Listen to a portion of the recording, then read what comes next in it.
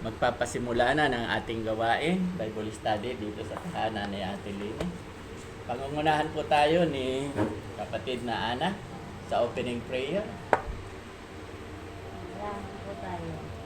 Panginoon, maraming salamat po sa hapon ito. Kami sumuli ay nandito sa bahay ni Johnny upang makinig po ng iyong mga salita, Panginoon. Naway, bigyan niyo po kami ng malawak na kaisipan upang maintindihan po namin lahat ang mga ituturo sa amin ng mga salita mo, Panginoon.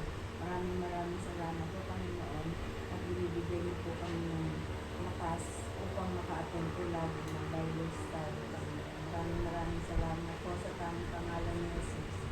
Amen. Amen. At ngayon naman po, ihanda natin ang ating mga sarili sa pakikinig ng salita ng Diyos na walang ibang gagamitin kundi ang ating kapatid na Ate Leni. Sige po, Ate Leni. Gusto niyo ba ang pag-ibig ng Diyos, karabang God? O kaya itong discover, the righteousness, shield, favor. Yung pag-ibig po, maganda kasi Ang ibig sabihin- buwan ngayon, February. Nasumpungan na katwiran bilang kalusal ng pag-ibig. Ano yan? English ko lang kanina. Marami pa akong ganito dyan. Makakasal. Kasi pinaggagawa ko nga ito eh. Meron pa nga akong ginawa na, pero ginawa ko pero hindi ko ma-memorize ha. Yung ano, sige po, umpisa ko na. Okay, sige po, Ate Leni. Ito pag-ibig ng Diyos. No? The love of God. Sige po. Makikita natin ito sa Efeso 3:17 to 19.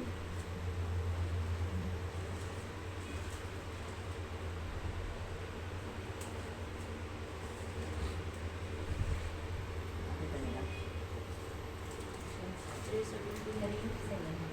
O 19. Tutuloy-tuloy ko ang basa mo. Ay, tuloy-tuloy niyo na. Okay na?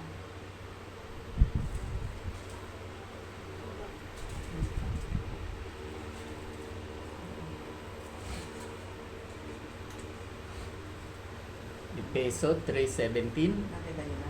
Sino na? Oh, sige, pakibasa po. Efeso 3:17 to 19. I pray that you being rooted and established in love may have power together with all the same to grasp how wide and long and highly and deep in the love of Christ, and to know this love that surpasses knowledge, that you might build to the measure of all fullness of God. Ito po, papaliwanag ko po. Si Pablo ay nanalangin sa mga Kristiyano upang kanilang malaman at maunawaan kung gaano katindi ang pag-ibig ng Diyos. Ngunit, kakaunti lang po sa mga Kristiyano ang nakakaunawa kung gaano kalawak ang pag-ibig ng Diyos sa kanila. Jeremiah 31:3. God's love is everlasting. I have loved you with an everlasting love. I have drawn you with loving kindness. Ito po'y tahimik pero kalimitan ay nangyayari sa mga Kristiyano na ngayon ay mag-falling love ng kalahating taon o di kaya 3 linggo. Ito po yung makatamang pag-ibig at ito po yung pansamantala lamang. Ngunit ang pag-ibig ng Diyos ay walang hanggan at hindi tumukupas. Ang tuloy-tuloy. Roma 5:8. God is love for sinner, but God demonstrates His own love for us in this: while we still sinner, Jesus Christ died.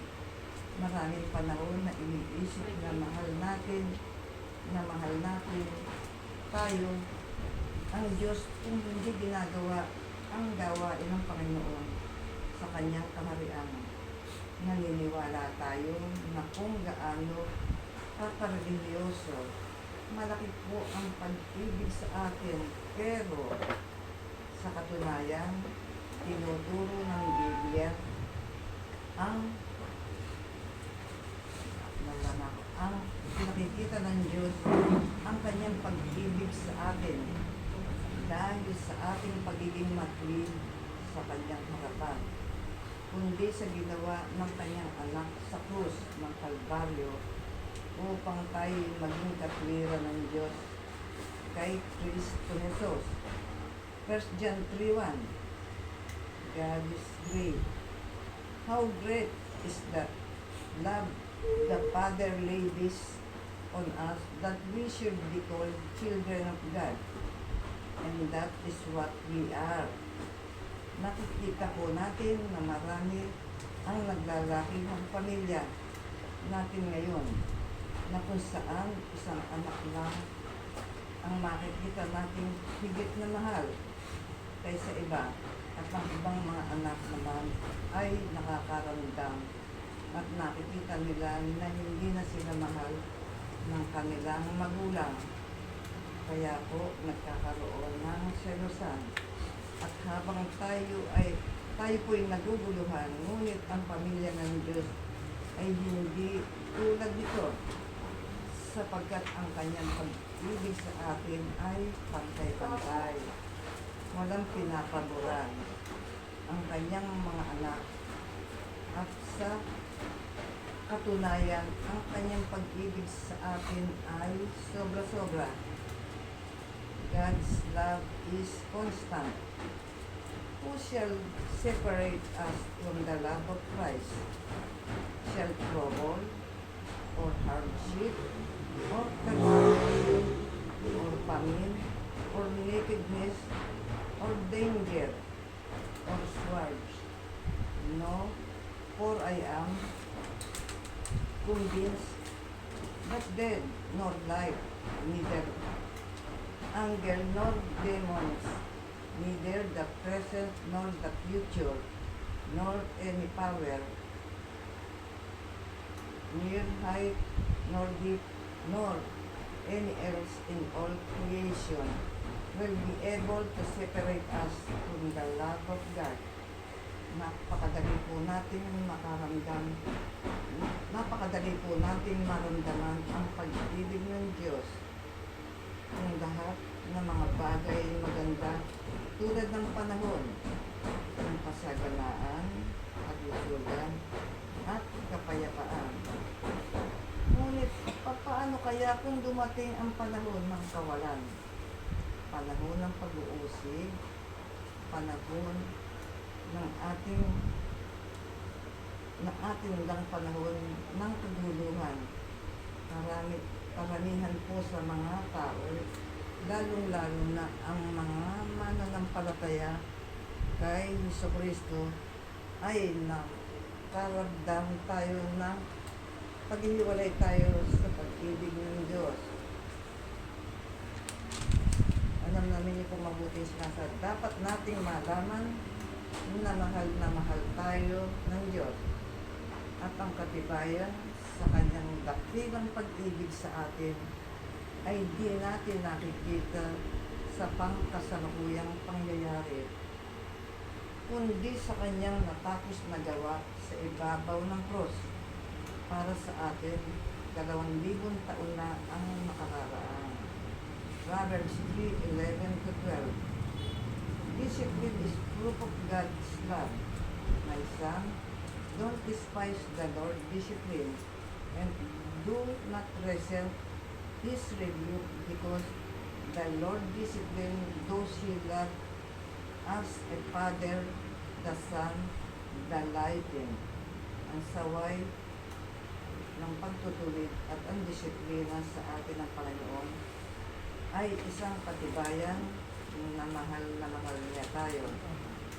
Hindi po niya tayo kinukonsinte sa ating mga makasalanang ginagawa at hindi maka-Diyos na pag-uugali na ikapapahamak natin. Ganon tayo kamahal ng Diyos, ng Panginoong Hesus.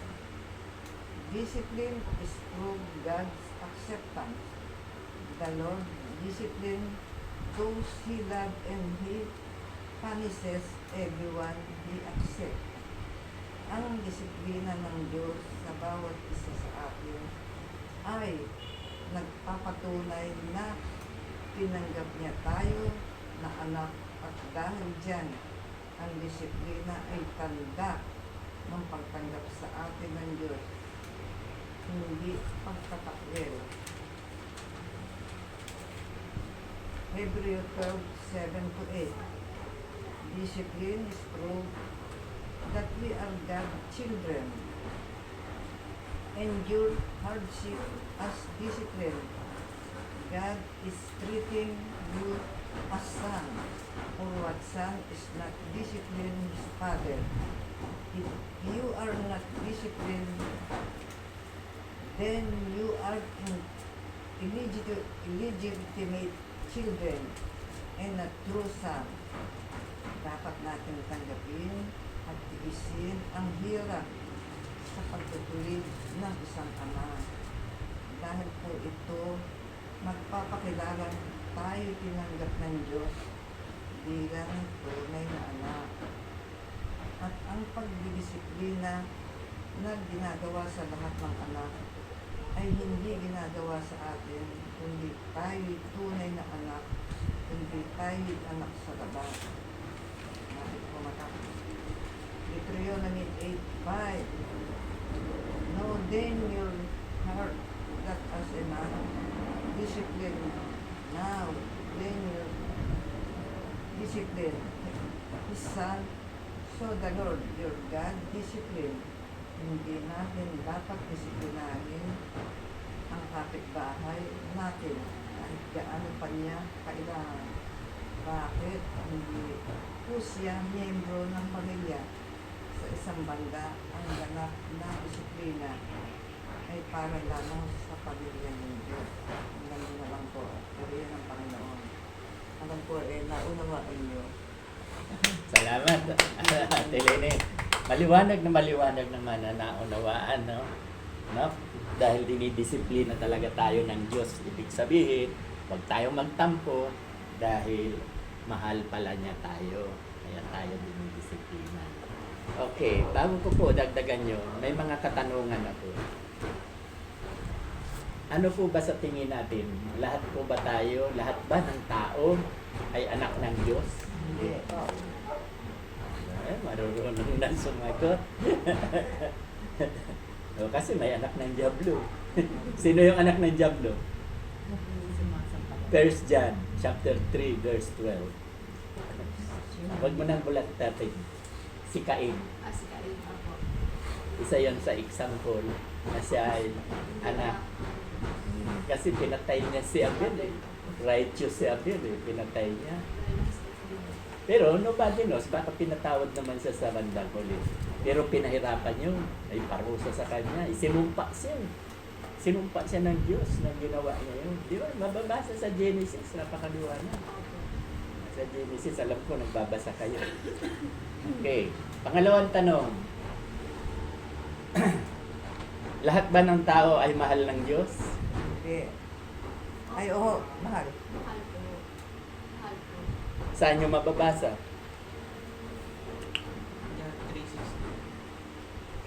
John 3:16. Kanti. Purgad sulat doon. Gayon na lang mga pa. Kinukuhan ko lang kayo, parang examination.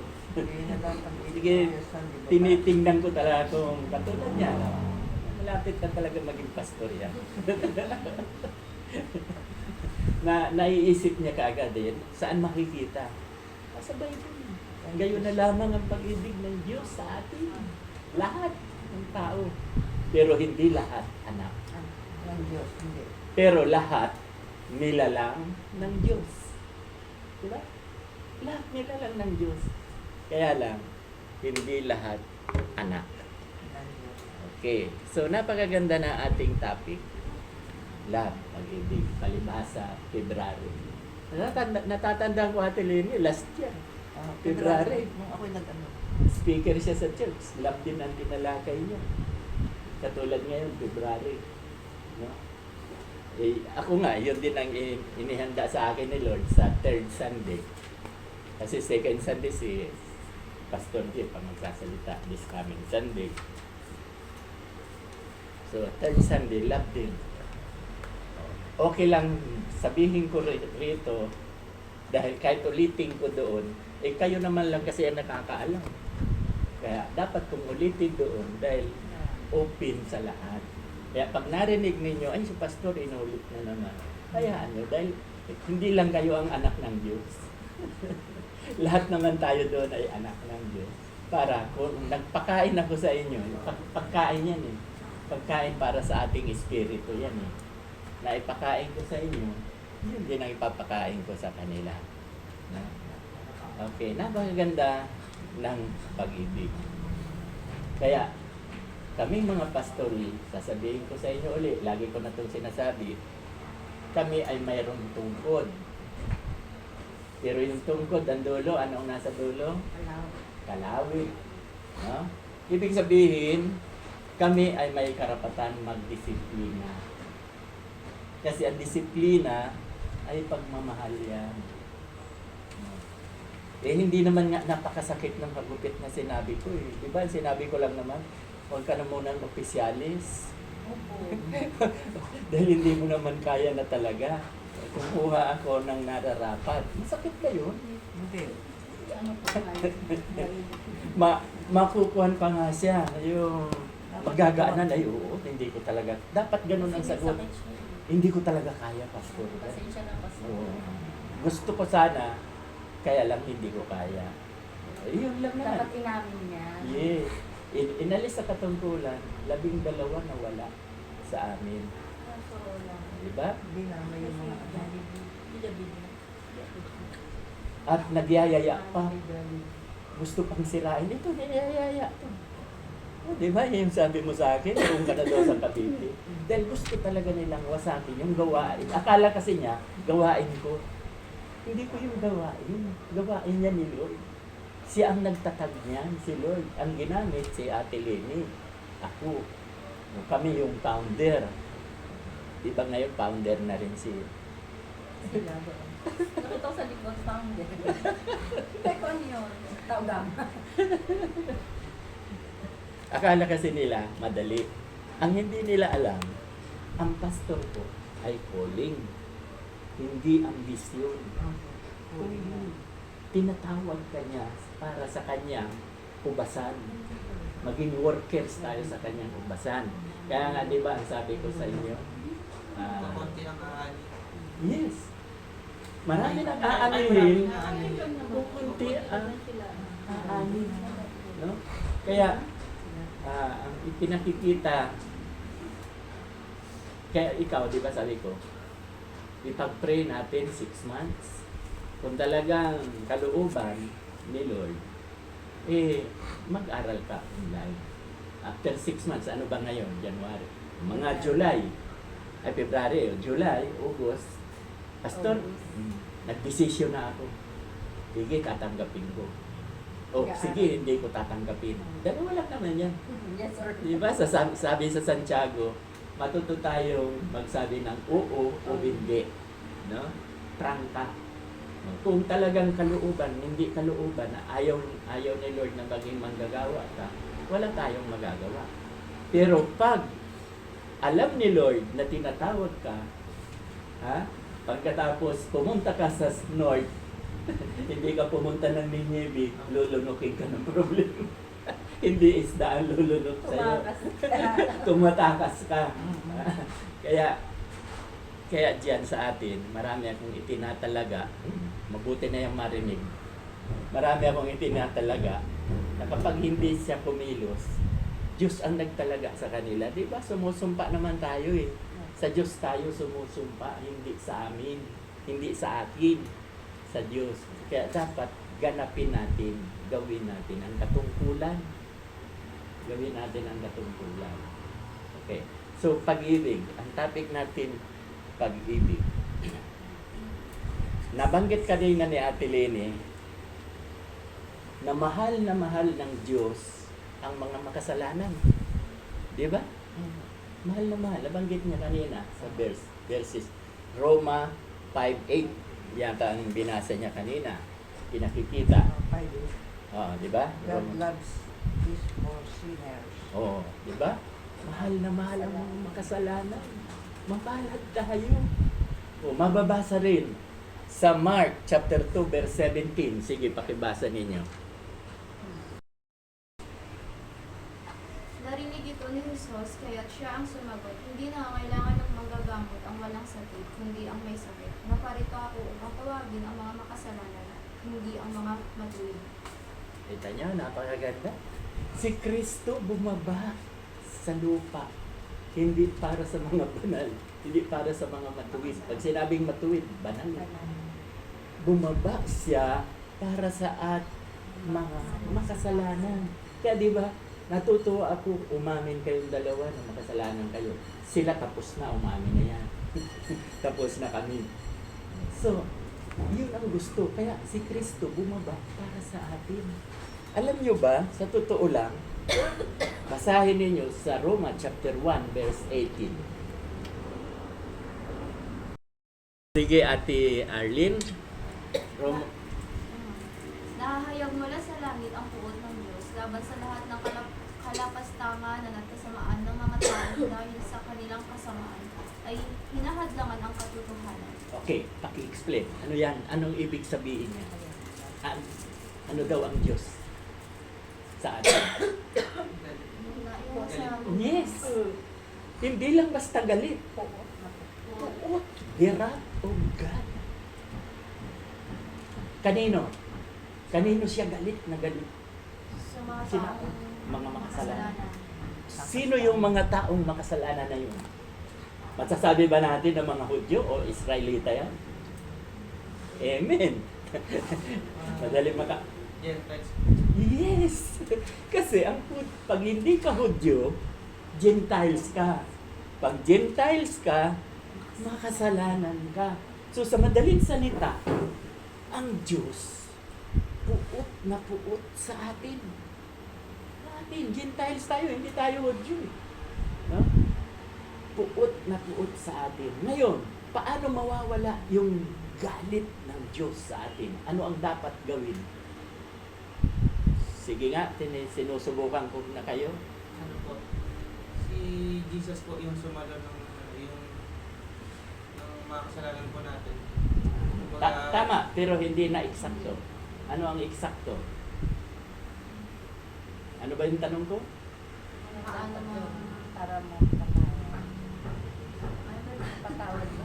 Eh, paano mawala yung galit? Puot. Puot. paano mawawala yung puot ng Diyos sa atin? Ano ang dapat nating gawin? Mayroon pa tayo Malikos sa kasalanan. Yun, manampalataya. Kasama na siyempre yung nagsisi.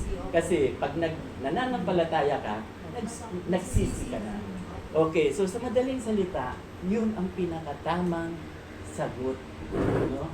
Manampalataya ka kay Kristo. Pag nanampalataya tayo kay Kristo, ano na tayo ngayon? Pag nanampalataya, ano na tayo na ngayon ng Diyos Ama? Na dati ang Diyos Ama, puot na puot sa atin. O ano na tayo ngayon? Anak na. Tama yan. Tama yan. Anak na. Anak na tayo. Dahil kay Kristo, di ba? John 1:12, subalit ang lahat ng tumanggap at nananalig sa Kanya ay binibigyan niya ng karapatan maging anak ng Diyos. Totoo yun. Anak na tayo. At alam nyo ba, dalawa yan eh. Hindi lang basta anak. Ginawa pa rin tayong kaibigan na ng Ama. Alam niyo kung bakit kaibigan? Pwede bang i-explain nyo? Bakit kaibigan lang? Bukod sa anak, kaibigan pa. Gusto kong, para itong, ano tawag? Yung nag-iisip, brainwash, brainstorming, parang gano'n, no? Tinuturuan ko na kayo. Bakit kaibigan? Bukod sa anak, kaibigan pa. Nasa Bible yan, mababasa nyo. Parang nabasa ko na nga, Oh, may diba? Hindi ko po nakalimutan. matandaan. Ah. Hindi ko nabas na. Ngayon, ang tanong ko, bakit kaibigan? O, magbibigay na ko ng silambawa, sirit na kayo, no? Sirit.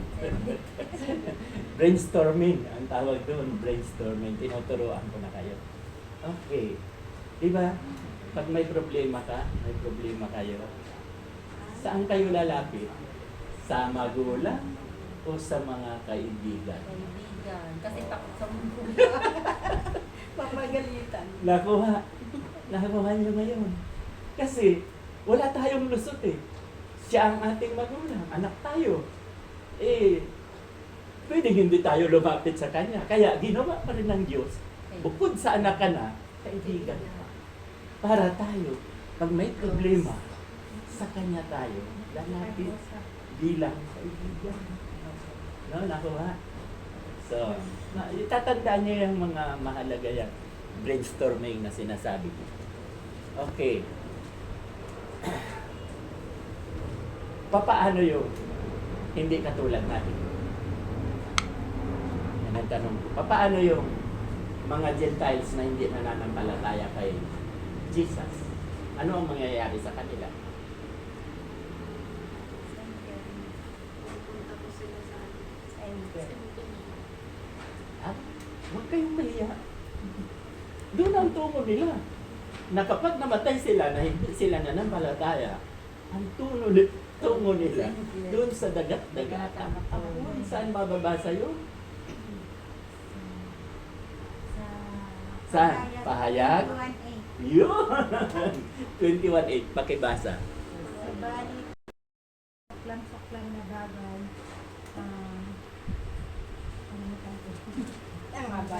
Sa mga, ang umpisa dyan, yung hindi mananampalataya. Pagkatapos yung, malapit ka na, nandoon na yun. yung mga Sige, 21:8. kasuklan gumagawa ng mga kasuklan 21:8. na bagay, mga nakikipag-apid, Hmm. mga mamamatay tao, mga mangkukulang, at sa lahat ng sumasamba ng mga Diyos-Diyosan, ang magiging bahagi nila ay sa lawa na naglalagablab na apoy Amen. at asukri, at yun ang ikalawang kamatayan. Yun ang ikalawang kamatayan na kuha na ni Ate Lisa. No, memoryado. Maganda yung nagme-memorya tayo. Napakahalaga. Kasi, ano ang sandata natin? Pag hindi natin... Prayer. Panalangin. Kaya, iba rin yung, alam mo yung Bible verse. Kasi yan ang pananggalang. Makikita yan sa Epeso, yung baluti. No, hindi naman yan ang ating topic. Kasi dapat alam natin yung baluti. No, pati yung armor, yung saka na yan. Okay, so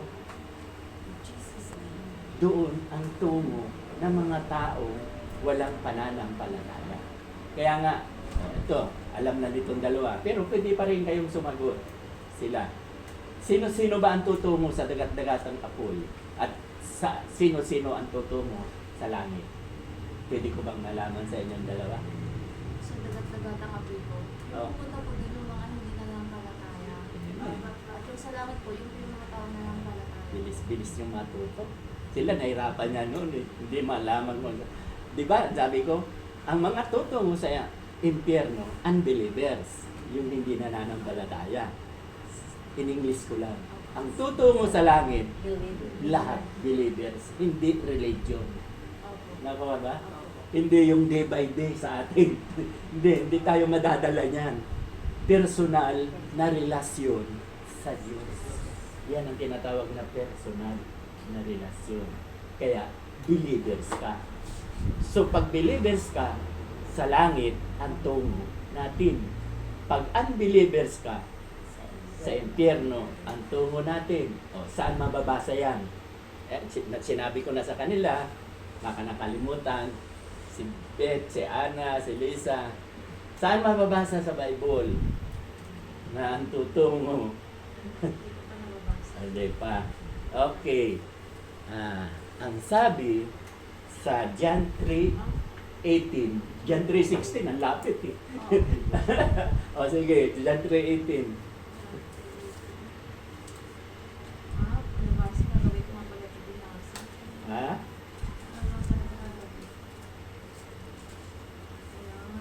Okay, sige, lakas.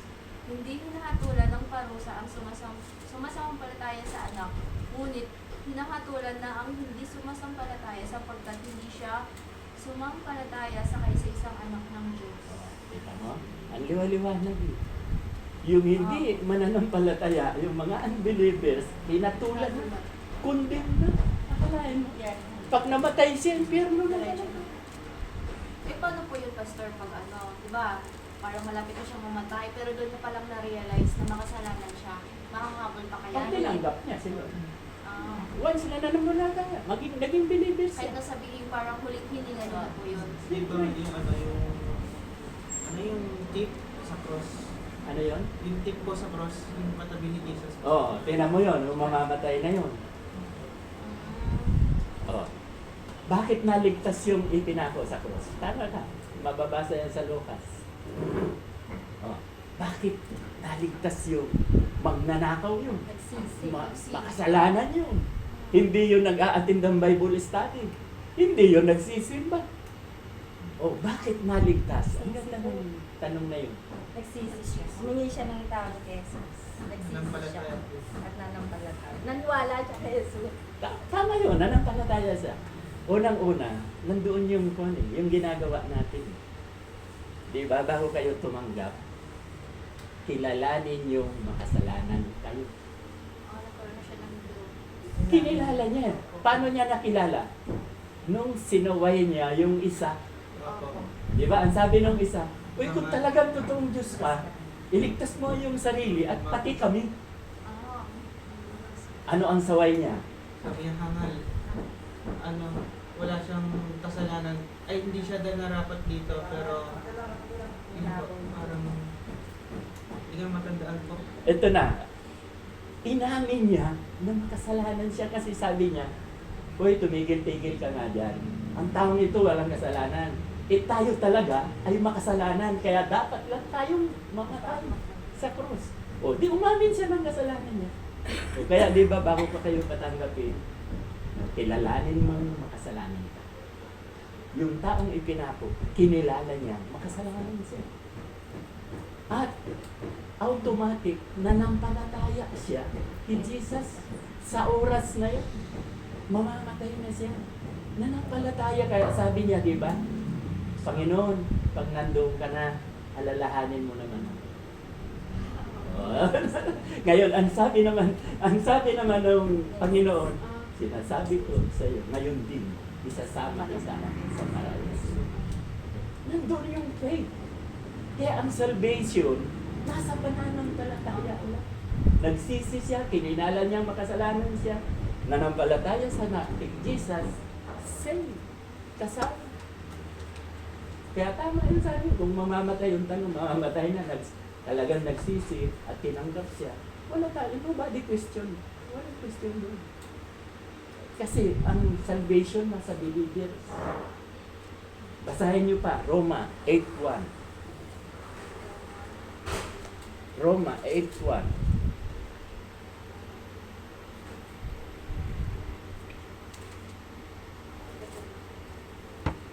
Hindi makabisado. No more condemnation. Sige. Kaya nga wala nang kahatulang parusa sa mga taong nakikipag-isa na kay Kristo Jesus. Diba? No more condemnation sa mga taong nakipag-isa. Saan mababasa yun? Yung nakipag-isa tayo. Diyan sinasabi na nakipag-isa tayo. Ang Roma 8:1 ang sabi, no more condemnation sa mga nakipag-isa sa ating Panginoon Jesus. Saan pa yan mababasa? Na lagi kong itinuturo sa inyo. Oo nga po.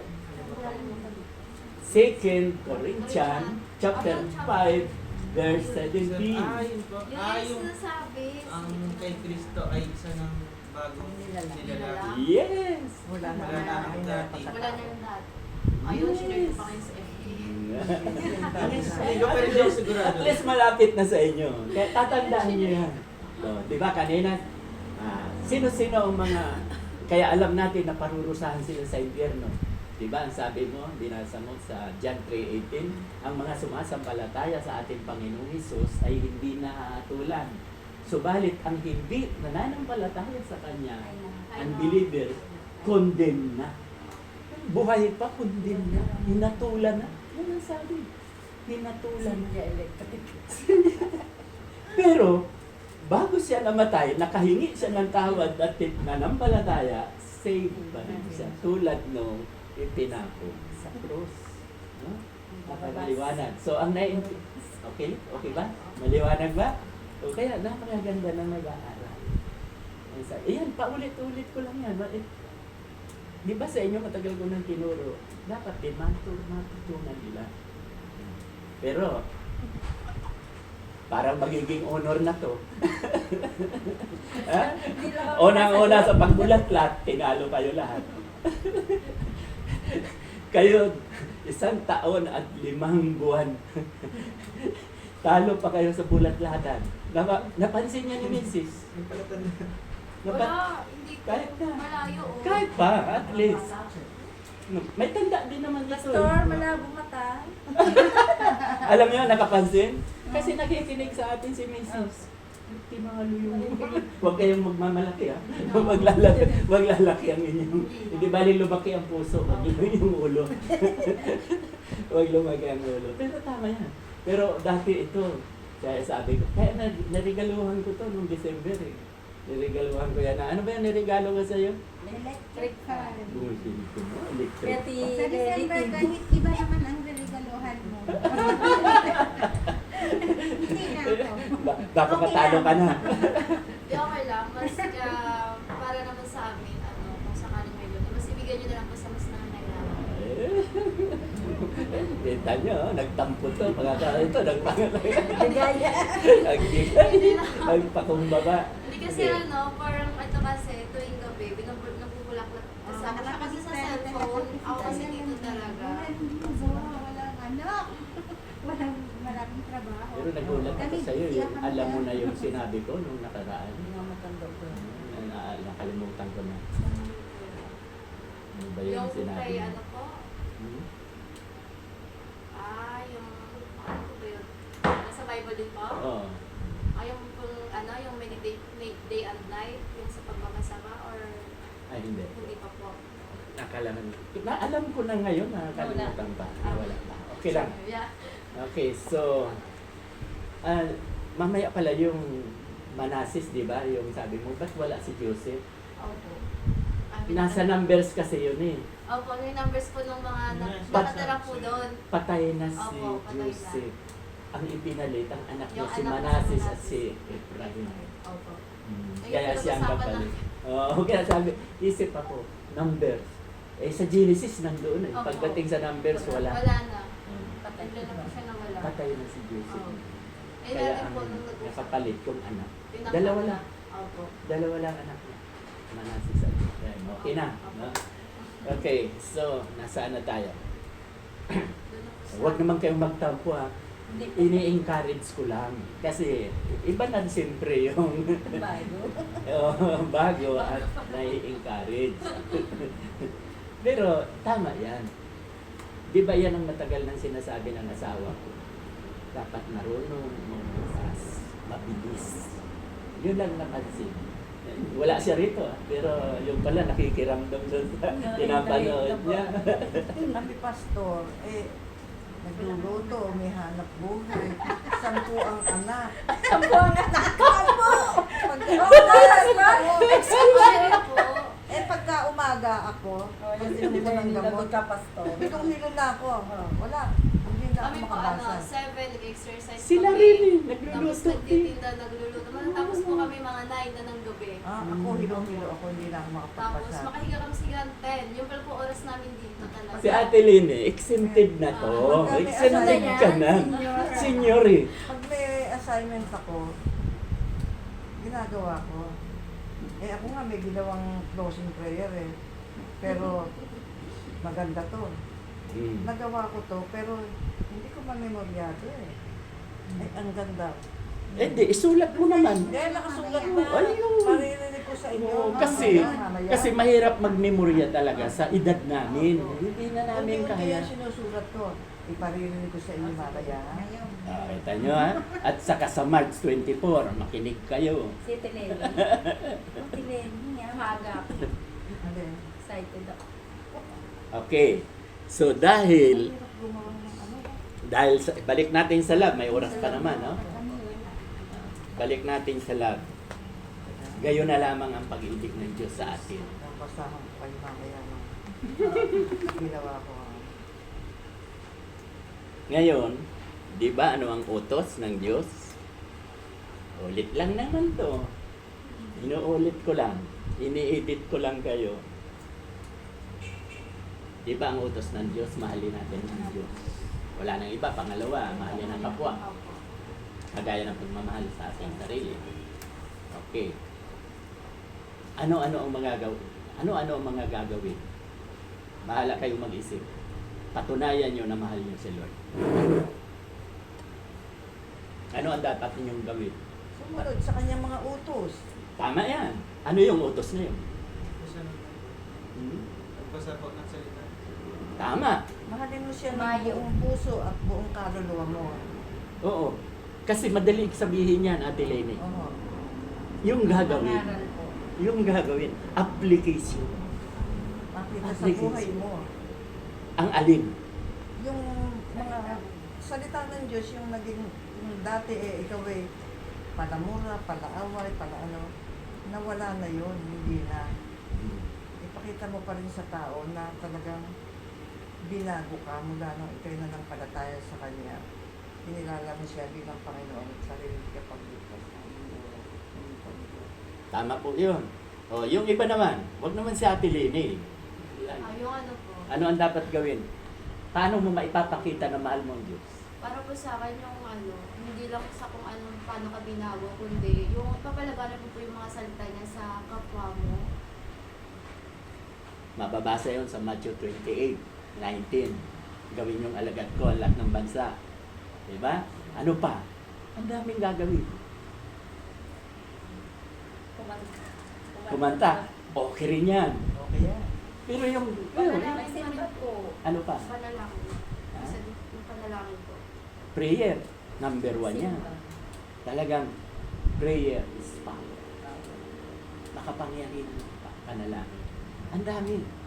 Yung ibigin mo ang kapwa. Tama yung sinabi niya Ate Lini. Hindi ako kontra doon. Tama Mag-akay yun. ka. Mang-akay ka yung sinabi sa Matthew. Hindi lang sa Matthew. Acts 1:8. Maging saksi ka sa Jerusalem, Judea, Samaria. Yan ang pinakamahirap na gawin. Ang tanong ko sa inyo, sa pinanggalingan nyo, ginagawa nyo ba yan? Ako sa pinanggalingan ko, hindi ko ginagawa yan. Tayo lahat. Mga Katoliko tayo lahat. Sorry. Hindi, wala tayong ginagawa. Basta ang doon, magsimpa ka lang. Sign of cross ka lang. That's it. O di ba, Pastor, nagro-rosary ka? Sinushorecut mo? Oh, times 10. Magdasal Ganon ka ako, tamad sa- ako eh. 10 ganon. Oo. Kasi sabi ng mama ko, 10 Hail Mary, 10 Holy Oo. Mary, 10 Our Father. Tamad ako. Sige. Pagkasabi ko ng isa, Lord, matalino naman kayo, times 10 yun. Times 10. Multiplication. Hindi ako pagod. Sa totoo lang, di ba? Kahit ngayon, di ba? Tingnan niyo si Kristo. Hindi gusto ni Kristo mapagod tayo. Ayaw niya. Kaya lahat siya ang gumawa para sa atin. Pastor, Diba? paano yung mga mula sa pintuan Luluhod. papunta doon sa altare? Kasi, Ang alam malayo. mo, Ate Lene, ang paniwala kasi nila dahil mga turo din yun, mga katuruan ng ano, yun ang tinatawag na sakripisyo, sacrificial, Mga banana. panata, sacrificial, at yun nga, pati yung penalty, 10 Hail Mary, 10 Holy Mary, 10 Our Father. Dahil parang kabayaran ng kasalanan mo yun. Hindi yun eh. Ang kabayaran ng kasalanan, napakadali, di ba? Kilalanin mo makasalanan ka, pagsisihan mo, humingi ka ng tawad, at higit sa lahat, tanggapin mo siya bilang Lord and Savior. That's it. Ngayon, ang tanong ko, dahil mahal, pag-ibig ang topic natin, Mahal tayo ng Diyos, maliwanag na maliwanag, John 3:16. Ngayon, ang tanong ko, paano naman natin ipakikita na mahal natin si Lord? No? So, yun na nga. Mag-evangelize tayo at dapat ito. Salamat, 7 na naman tayo. Alam mo dito, umabot kami rito ng 16.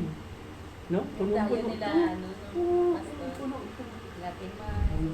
Nakikinig. Kaya nga nagtayo kami. Oo. Kasi nandito sila Mel, si Marie, Christy, lahat yan. Ang dami namin dito. Ang saya. O, kaya sila rin ang naghamon sa akin na magtayo ng church. Magtayo na tayo. Sige, pag-pray natin kung talagang kalooban. O, kalooban naman. Nangyari na eh. Diba? Kaya thank God. O, founder. Alam mo na ang founder, ha? Wala. Pioneering. Wala. Pioneering. Okay. Si Lenny na lang natira. Hindi, okay lang. Okay lang. Okay, so, yung pag-ibig, yun ang mahalaga. Mahalin ang kapwa. Wala na ibang utos, di ba? Ang ganda-ganda. Love the Lord your God with all your heart, with all your soul, with all your mind, and with all your strength. Second is this, love your neighbor as yourself. Ito ang pangatlong sinabi niya. There is no commandments greater than this. Wala nang iba. Mahalaga. Ito lang, 2 utos. Kaya nga itong 2 utos na to, nasunod mo na ang kautosan. Lahat. O, kaya ibabalik ko, ang pagmamahal ni Kristo sa atin, hindi tayo pinahirapan. Nakuha niyo? Hindi tayo hirap. Simple lang ang gagawin mo. Kilalanin mo mga kasalanan, maniwala ka sa Kanya, manampalataya ka sa Kanya, safe ka na. Yung pagsunod sa kautosan, siya rin ang gumawa. Di ba? Yung pagka-perfecto natin, siya rin ang gumawa. O, ito na rin ang ipinapasok ko sa inyo. Hindi ako Diyos. Hindi ako si Kristo. Ayaw ko rin mahirapan kayo. Ayaw ko rin mahirapan kayo. Unang-una, kung ako tatanggap ng sahod, Ate Lene, di mahihirapan ng church. Ate Lene, meron pang 15 minutes. Oh, hindi. O, di ba? Kasi lalabas ako rin eh. Oo. Di ba? Ang sinasabi ko na ayaw ko kayo nahihirapan. Kasi, di ba, kung ako kukuha pa ng sweldo, Oo. deficit na nga tayo lagi ngayon, deficit ng deficit. Lalo na na-deficit yan. Kaya, gusto ko, wag tayong mahirapan. Kaya, hindi ako nagyayabang. Hindi ko yan ipinagyayabang na hindi ako tumatanggap. Kasi, ang gusto nga ni Lord, wag tayong mahirapan. Ako, bilang leader ninyo, ayaw ko rin kayong mahirapan. Kaya, tinatatakbo ko kayo. Saan? Ate Lene, saan? Sino nakakada? Ano ang patakbo ko sa inyo? Love. Love. Diba? Hindi batas. Kasi mismo ang Bible, wala na tayo sa kautusan, wala na tayo sa batas. Wala tayo sa batas. Nasa love na tayo. Pag-ibig. Nakukuha ba? O, so, kung mahal ko kayo, hindi ko rin gusto kayo mahirapan. O, ano lang naman ang hinihingi ko, di ba? Isa lang. Love and respect. Yung igalang nyo lang ako. Masaya na ako doon sa pag-galang. Respect. Eh kung niluluko pa ako, di ba nasabi ko sa inyo, niluluko ako, pinapangakuan ako ng pinapangakuan, niluluko, parang pinagtatawanan ako. Masakit yun sa akin. Kaya inalis ko sa katungkulan. Hindi ko terminate sa church. Pero may right din ako, sa totoo lang. Nasa Bible, may karapatan ako magtanggap na hindi ka na pwede magsimba. Pwede yan. Pero hindi ko ginagawa. Sa Iglesia ni Cristo, ginagawa yan. Ako. Tinitiwalag ka. Mahirap to. Nakukuha nyo ba? Eh, marami nga sa akin bumubulong. May bisyo yan. Hindi dapat yan gawing may katungkulan. Marang ganyan. Oh. Hindi. Bumaba si Kristo para sa mga may bisyo. Makasalanan. Bumaba si Kristo para sa mga makasalanan. Bakit ko hadlangan? Nakukuha mo ang dilinin. Nakakarinig ng mga Yes, salita ng Diyos. yun. Nandun siya. Doon na siya magkakaroon ng pagkakataon na mabago siya. Kaliwanagan. Yes, maliwanagan. Ganun ang motibo ko. pag-ibig, wala ako sa batas. Pero, may house rules ako ginawa. Ano ba yung house rules? Mababasa nyo sa bulletin board. Kasi pag wala namang house rule, ang gulo. Nakukuha ba? Kanya-kanya. Nandun, number 1 kong batas, bawal utangin ng pera ng church. Basta pwede secret. Kahit pa secret, hindi pwede. Bawal ipasok sa investment. Pero yung pera ng pastor, pwede utang. Ang pera ng pastor, pwede Pwede. utangin kung mayroon. Kaso yung pera ko, binibigay ko kay Lord eh. Di ba? Napunta nga kay Enting eh. Hindi na babayaran ng Hindi gano'n. bali yun, pinsan ko yun. Hindi bali yun.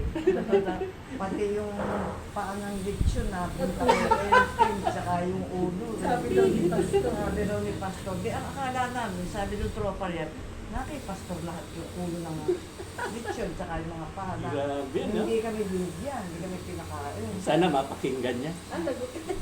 Nandito, naka-video tayo.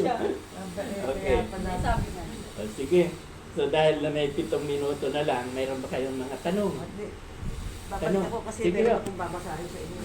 Sige. Tayo muna. Ano ba ang inyong katanungan? Sige, tanong na yun. Ano, para walang OT. Ano ang tanong? Itanong po ako, yung po yung 2 Corinthians 5:17, di ba yung sinasabi po doon na ikaw ay yung bago na wala na ang dati. Wala rin dati. Hmm. Kung ba, yun po ba yun yung kunyari, yung mga ano mo dati, kunyari, ako po sa pagkatao ko, sa pagkakakilala niyo po ang siyasamba ko, pera, tapos siyempre lalaki yung tawag ng laman, gano'n, pornography, mga gano'n po. Kumbaga ngayon po, simula nung nakakilala po, gano'n na nagsisi ng makasalanan, kumbaga parang kusa pong nagbago na wala, na kumbaga yung mga hilig mo mga walang kwentang ano dati o kaya materialistic, parang iba na po yung desire mo ngayon po na ano. Kumbaga yun po ba yung ibig sabihin po? Tama po. Ah. Wala na dati. Tama. Kasi, tingnan nyo. Kung walang mababago sa inyo, hindi ka totoong mananampalataya. Hindi ka nakipag-isa. Kaya nga, di ba, tingnan nyo. Tulad ko, Pastor. Ako dati, hindi pa ako. Malaking pinagbago mo. Nanunugod ako pag Oo. may kaaway. Ngayon, may pagpipigil ako sa sarili ko. Oo. Yun. Dati, Wala na yung- dati siga din ito nagkapon. Ako, nangahamon ako dyan. Ang may gawa po ba nun yung Holy Yung- Spirit? Holy Spirit. Tama ka dyan. Huwag mo kang kinina. Nagbago na ako. Di na. Yun. At saka, dahil binago ka na, wala ka ng kasalanan kasi newborn ka. Bago kang nilalang ngayon, bumangon ka ng bago. Nung mamatay ka, nilibing na yung kasalanan mo. No? Kaya kalimutan na yung, wala na yung luma, di ba? Tayo ngayon ay bago. Si Kristo ay gawa ka rin yan. Tama yun. So, hindi na natin babalikan yung mga dati nating bisyo, dati nating nagagawang kasalanan. Huwag na natin babalikan. Kaya lang, tatapatin ko kayong lahat. Hindi rin tayo exempted. Maaaring paminsan-minsan, Opo, yun. nagagawa. Yung temptation. Yes, sige ka kaagad ng tao. Pero kumbaga po, kunyari nakagawa ka po ng kasalanan, kunyari nahulog ka Na naman. nabaka. Oo. Pero kumbaga, iba na po ngayon, di ba yung parang may guilt na po. Yung parang Yes. mabigat sa... Tama. Guilty. Conscience ang tinatawag. Tama yan. Pero, hindi ka na maiimpyerno. Yan ang tatandaan nyo. Bakit? Hindi na maiimpyerno. May parusa ka rin doon. Yung lahat ng Ay, yung... lahat ng kasalanan may consequence. No? May kabayaran. Kaya lang, yung para daling ka na sa impyerno, doon ka na mamatay. Hindi na. Paparusahan ka rin ba? Nagnakaw ka, nahuli ka. Parusahan ka sa lupa. Kulong ka. Diba? Kulong ka. Oh, may kaparusahan. Lahat ng kasalanan may kaparusahan. Pero yung salvation with assurance, ang tinuturo ko. Kaya hindi nawawala ang kaligtasan. Pero ang ibang Kristiyano, itinuturo nawawala ang kaligtasan. Which is which? Ano ang gusto nyo? Bahala kayo. Salvation lang. Ano ang gusto nyo? Nawawala? At ang sabi sa Hebreo 11:1, mangyayari nga ito sa buhay mo. What is your belief? It will happen. Hebreo 11:1. Mateo 9:29. Tuloy yun ay tuloy kasi wala pa yung sinita niya. Tuloy-tuloy lang. Oh. Pag bumalik na. May tanong lang po siya kasi maganda yung tanong. Kaya, mayroon pa naman tayong 3 minutes para sa panalangin. Kasi si Ate Lisa talagang sa oras yan, alas 4. Sino ba ang closing prayer nila? Ikaw. Ako na rin po. Sabi niyo may panalangin. Ako na rin po para masama ko kung ano mga suliranin. Okay, maganda po. Maganda ang tanong ni Kuya Carlo. Sino? 5,000. Tanong ka ba? Isa lang ito. Dalawa yun sa una. After this, pwede kayo magtanong. Pwede pa naman tayo magkwentuhan. I-close ko lang para makaalis. So, kasi diyan ka na magbasa, para makabasa mo to. Pray. Ano? Sabi ko pa sa kanya, sa Bible na siya magbasa. Kasi sa ano siya nagbabasa sa cellphone. Kaso nahihirapan siya kumintindi dahil Tagalog, may malalim na salita. Sabi ko naman, pagkatapos mo magbasa bago ka matulog, i-search mo sa Google. Or minsan diba sa baba ng Bible, meron po doon. Sa Google, mayroon. Opo. Ano ba naman ka? Mayroon pang ang audio. Opo. Lalo hindi ka mahirapan sa audio. Pakinggan yung audio. Ang ganda. Ito lang ginagawa ko. O, yan o. Kasi ito sana ang ituturo ko pa ako magtuturo. Mag-ano ka? Mag-download ka. Bible. Yan o.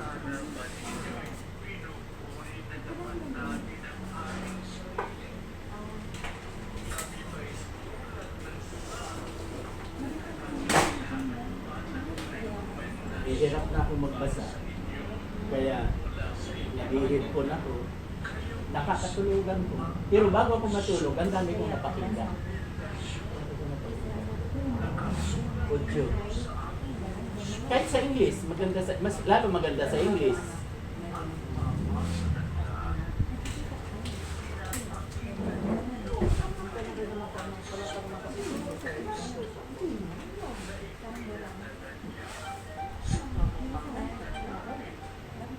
Ang maganda English.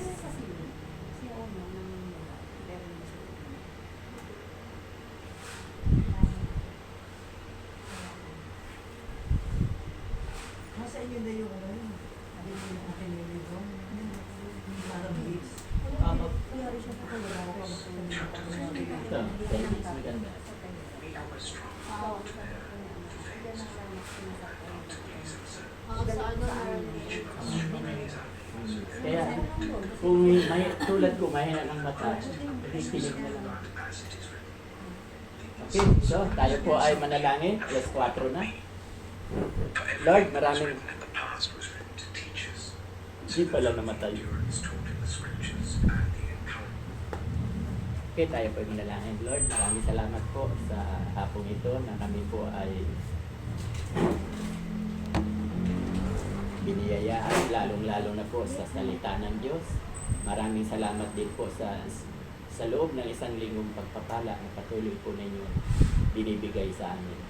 Lord, marami po akong kahilingan, inilalapit sa iyo. Una na po si Ate Leni, ang total recovery na siya po ay inyong pagalingin dahil naniniwala talaga ako, Lord, na kayo ang dakilang ng gagamit.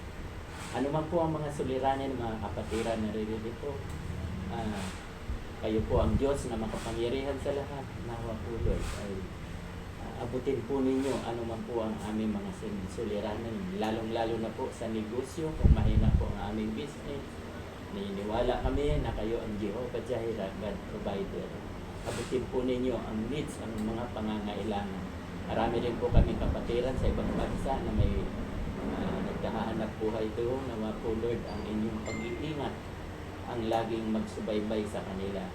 At patuloy po akong lumalapit sa inyo, Lord, na sa dakong ito, sa tabon 1, tabon 2, tabon 3, nawa po, Lord, ipadala po ninyo ang inyong mga nangaliligaw na tupad dahil naniniwala ako, nananampalataya sa iyo na kayo po ang dakilang misyonero. Kayo po ang umabot sa kanila at ako naman po ang bahalang mag-manage para sa kanila dito sa Tabo. Ito po ay nalangin na binibigay ko po ang kapurihan sa pangalan ni Jesus na aming tagapagligtas. Amen. Amen. Okay, so salamat sa inyo. Pwede pang magtanong, open pa. Pinakukuhan po. May basang ulo na naman. Magpapasag ulo. Kain mo na. Walang aalis. Oo. Sa ate David talaga.